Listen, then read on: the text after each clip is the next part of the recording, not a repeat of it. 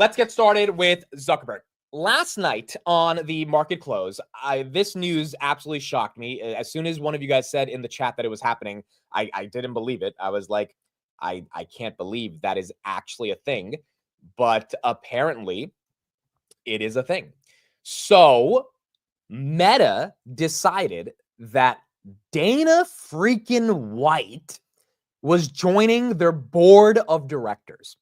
Meta is a $1.6 trillion company. Dana White is very well respected in UFC and MMA and all that stuff, and that's cool.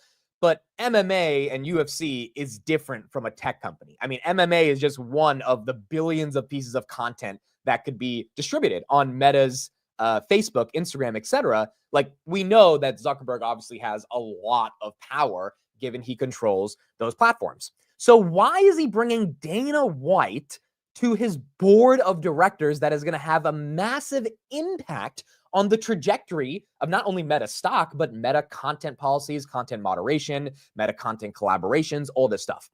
Two reasons. Number one, I think Dana White is cool. He's one of those guys that people just like. Zuck has recently started to get into MMA. We've seen him hang out with other MMA fighters. So the fact that he has someone like Dana on his board is massive in terms of increasing his own brand awareness. And then number two, and this is credit to Mila in the chat who pointed this out yesterday. I didn't even think of it. Elon has Trump's phone number on speed dial. He has a front row ticket to Mar-a-Lago anytime he wants to come in. Zuckerberg, no matter how many millions of dollars he donates, he will never be on Trump's good side because of the censorship that was happening in 2016 to 2021, which Zuckerberg himself has acknowledged, and we're going to talk more about that in a second. You know who does have Trump's here? You know who's Trump's boy? Dana White. Mr. Dana White. I don't think that this appointment of Dana White into the board of directors is because they want to have UFC on the Meta Quest. Like, that's probably going to be cool. And that probably is going to be like something important in terms of Meta's the brand awareness increasing with new products that are on the Quest. But quite frankly, Dana White did not have to join the board of directors for Meta to collaborate with UFC. I think Dana White, being one of Trump's best friends, and we know that he's one of Trump's best friends, is basically a ticket for Zucks to have access to Trump in case anything happens and to get on Trump's good side. I mean, again, Trump's going to be the guy for the next 4 years. And if the Republicans continue to win over the next decade, J.D. Vance, people that are similar to Trump are probably going to be in that position of power. You have to be friendly with those people if you want this company to go from 1.6 trillion to 5 trillion one day. And in order to be friendly with them, you need to have people that are on your side who are warming up to the president, that can get you meetings, and that also have the ability for you to actually talk to the guy, given Elon has unfiltered access to talk to him whenever he wants. I think, like, from a competitive perspective, if you're a big tech CEO, if you don't have access to the White House, particularly when the White House is as opinionated as Trump is, you're in a competitive disadvantage. So that was the big news last night. I thought that was crazy. I thought that was major. But then I woke up to this in the morning. I'm going to play it straight for 5 minutes. I think this is one of the most consequential 5-minute videos you guys will probably watch today, because Facebook, Instagram, Meta affects all of us in some way or another. That's just how big of a company it is. Take a look at what Zuckerberg is doing today in regards to free speech and content moderation on the platform. Hey everyone. I want to talk about something important today, because it's time to get back to our roots around free expression on Facebook and Instagram. I started building social media to give people a voice. I gave a speech at Georgetown 5 years ago about the importance of protecting free expression, and I still believe this today. But a lot has happened over the last several years. There's been widespread debate about potential harms from online content. Governments and legacy media have pushed to censor more and more. A lot of this is clearly political, but there's also a lot of legitimately bad stuff out there. Drugs, terrorism, child exploitation. These are things that we take very seriously, and I want to make sure that we handle responsibly. So we built a lot of complex systems to moderate content. But the problem with complex systems is they make mistakes. Even if they accidentally censor just 1% of posts, that's millions of people. And we've reached a point where it's just too many mistakes and too much censorship. The recent elections also feel like a cultural tipping point towards once again prioritizing speech. So he's acknowledging they've made too many mistakes, there's been too much censorship, and now he's acknowledging the vibe shift that at least America has had in terms of embracing more freedom of expression by referencing the recent elections. And basically that's going to change how Meta does content moderation. So we're going to get back to our roots and focus on reducing mistakes, simplifying our policies, and restoring free expression on our platforms. More specifically, here's what we're going to do. First, we're going to get rid of fact checkers and replace them with community notes similar to X, starting in the US. After Trump first got elected in 2016, the legacy media wrote nonstop about how misinformation was a threat to democracy. We tried in good faith to address those concerns without becoming the arbiters of truth. But the fact checkers have just been too politically biased and have destroyed more trust than they've created, especially in the US. That part was wild. So basically, when Trump got elected, I mean, if anyone followed the legacy media, the onslaught of articles was that Trump and, whatever has been happening in the United States over the past 5 years is leading to more misinformation, right? We have to have actual truth inside of our country because there's all this fake news. And Zuck is saying we tried to embrace that, like we gave into that argument, but when we gave into it and developed systems around that idea, it just led to everyone being politically biased towards their side and then having misinformation become their type of information. And so basically he's realizing this whole idea of fake news, misinformation as a method to try to stop certain types of speech was just never a good idea. So over the next couple of months, we're going to phase in a more comprehensive community notes system. Second, we're going to simplify our content policies and get rid of a bunch of restrictions on topics like immigration and gender that are just out of touch with mainstream discourse. What started as a movement to be more inclusive has increasingly been used to shut down opinions and shut out people with different ideas, and it's gone too far. That's a critique of DEI. I mean, quite literally, he's saying, hey, what started off to be inclusion has turned into censorship, and now we can't allow it anymore. So again, complete 180 from Zucks. So I want to make sure that people can share their beliefs and experiences on our platforms. Third, we're changing how we enforce our policies to reduce the mistakes that account for the vast majority of censorship on our platforms. We used to have filters that scanned for any policy violation. Now we're going to focus those filters on tackling illegal and high severity violations. And for lower severity violations, we're going to rely on someone reporting an issue before we take action. The problem is that the filters make mistakes and they take down a lot of content that they shouldn't. So by dialing them back, we're going to dramatically reduce the amount of censorship on our platforms.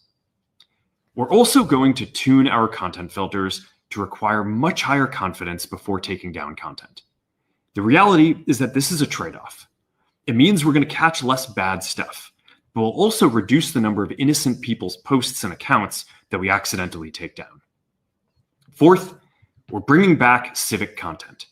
For a while, the community asked to see less politics because it was making people stressed. So we stopped recommending these posts.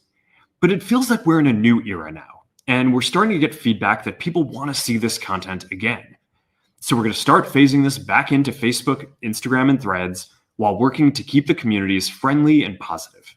He just acknowledged we've been censoring political content for the past year, but now that people want politics, we're bringing it back. Again, just complete 180 from what Facebook, Instagram, and Threads have been doing over the past year and a half, as Zuckerberg realizes they can't continue to operate that way. Fifth, we're going to move our trust and safety and content moderation teams out of California, and our US-based content review is going to be based in Texas. As we work to promote free expression, I think that it will help us build trust to do this work in places where there is less concern about the bias of our teams. Finally, we're going to work with President Trump to push back on governments around the world that are going after American companies and pushing to censor more. The US has the strongest constitutional protections for free expression in the world. Europe has an ever-increasing number of laws institutionalizing censorship and making it difficult to build anything innovative there. Latin American countries have secret courts that can order companies to quietly take things down. China has censored our apps from even working in the country. The only way that we can push back on this global trend is with the support of the US government. And that's why it's been so difficult over the past 4 years when even the US government has pushed for censorship. By going after us and other American companies, it has emboldened other governments to go even further. But now we have the opportunity to restore free expression, and I am excited to take it. It'll take time to get this right, and these are complex systems. They're never going to be perfect. There's also a lot of illegal stuff that we still need to work very hard to remove. But the bottom line is that after years of having our content moderation work focus primarily on removing content, it is time to focus on reducing mistakes, simplifying our systems, and getting back to our roots about giving people voice. I'm looking forward to this next chapter. Stay good out there, and more to come soon. Okay, now, as cool as this is, I don't think any of us should be naive. The only reason this is happening is because Trump got elected and Zuckerberg realized there's no way they can operate the way they've been operating in a Trump administration. If Kamala got elected, I don't think he would have put out this video. I really don't think there would have been that much of a change because the administration wouldn't have kind of sort of peer pressured him to do this. They actually would have liked how Facebook was operating. They would have hated Twitter, and all eyes would be on Twitter from a Kamala administration in terms of the political capital that was being used to make that platform seem less safe and less trustful versus on Meta. But now that Trump's in, and you have Elon, who's Trump's boy, and you have this whole anti-censorship, free speech, which in general, as an American, at least from my experience, I can speak to the fact that I think more people are tired of this idea of having one or two platforms that have all of us as users control what we want to say. And it's why I'm a big, X is not perfect. It's absolutely not perfect. But Elon did allow the ability to say things without feeling like your account will be censored immediately. So the fact that Meta is moving their trust and safety and content moderation teams out of California to Texas. I mean, that was another quote that we got from that video. That is also incredible because basically Zuck is admitting we cannot do it the same way we've been doing it in the past. And that certain parts of the country fundamentally are not ready to embrace a future where we don't just use inclusion as the basis for how we think about human nature, but rather we use free speech, expression, difference of opinions as the basis for how we conduct policies that moderate content. So overall, I think this is bullish for Meta. I think this is bullish for the United States. I think this is relatively bullish for free speech. The implementation of this, we're going to have to see how it plays out. What is Zuck's going to do? How are they going to deal with content? But most importantly, I think we have to recognize this would not be happening if Trump didn't get elected. There would be literally no motivation, no incentive for Zucks to completely rehaul a trust and safety system for content moderation that they've been working on for the past 15 years in this new way, in this, totally 180 flip direction, if there wasn't pressure from the administration. I mean, the fact that he even said, we're going to work with the Trump administration to stop other governments, and he explicitly called out Europe as well, of having more and more laws that are creating problems for people if they want to post a meme because they're afraid that they could get arrested. That means that I think this is a strategic move to align himself with the values of the Trump administration, with the values of the Republican Party that potentially might be in power for the next 8 to 12 years, and with Dana White, who is one of Trump's best friends. So now that he is on Meta's board of directors, if there ever is an issue, if Trump ever does really get pissed off at Meta because they're doing something or not, he can at least text Dana and be like, hey, could you calm him down? Like, we're doing okay. Like, we're trying to do our best here. Like, he has a lifeline to the White House that he didn't have before. And he's cool with them. I mean, this picture is like from 5 years ago. So they've been cool for a long time. So the fact that he's part of his board of directors, I think is very, very bullish. Also, for Dana, I think we have to be, for Dana, he gets to be on a board of directors of a tech company that has, some of the most power in the world. I mean, when did Dana, I'm sure Dana did not think a couple years ago he would be sitting on the board of directors of an almost $2 trillion company. So for him, he's probably ecstatic to be on the board of directors. Dana is very anti-censorship for those that have ever seen him talk in an interview. So I think he will actually try to influence Meta to be a little bit more less resistant to censoring people's words. And, that could be bullish overall for Meta and for the broader idea of free speech that I think a lot of people are trying to embrace at a deeper level. Now, Meta stock last night, it's down a little bit right now in the pre-market. We still don't know what's going to happen with TikTok. That potentially could be a tailwind or a headwind. Wow, NVIDIA 153.4. We're going to talk about NVIDIA in a second. But Meta was up 4% last night. 4.23%, 630. Now Meta's green. 630.65. So I think this is bullish for Meta. I think if the market gave Elon and Tesla a ton of money because of its relationship with Trump, then if this is somewhat of a relationship with Trump by a proxy of Dana White, the market might give Meta a little bit of love right here. And the final point I'll make on this is this goes back to the point I was making a week ago when I was critiquing every single CNBC analyst that was coming on TV on New Year's Eve saying that large caps have to sell off because they're overvalued and you got to rotate to small caps. First of all, that still might happen. That can still happen. We're going to see how this plays out. But small caps can't get Dana White on their board of directors.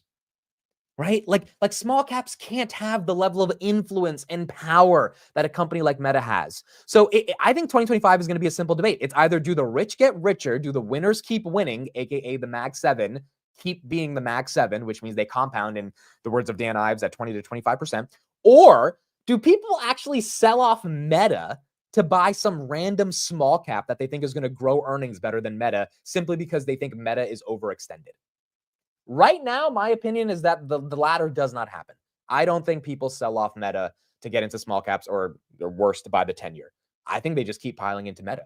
And does that mean that Meta one day will become ridiculously overvalued? Maybe.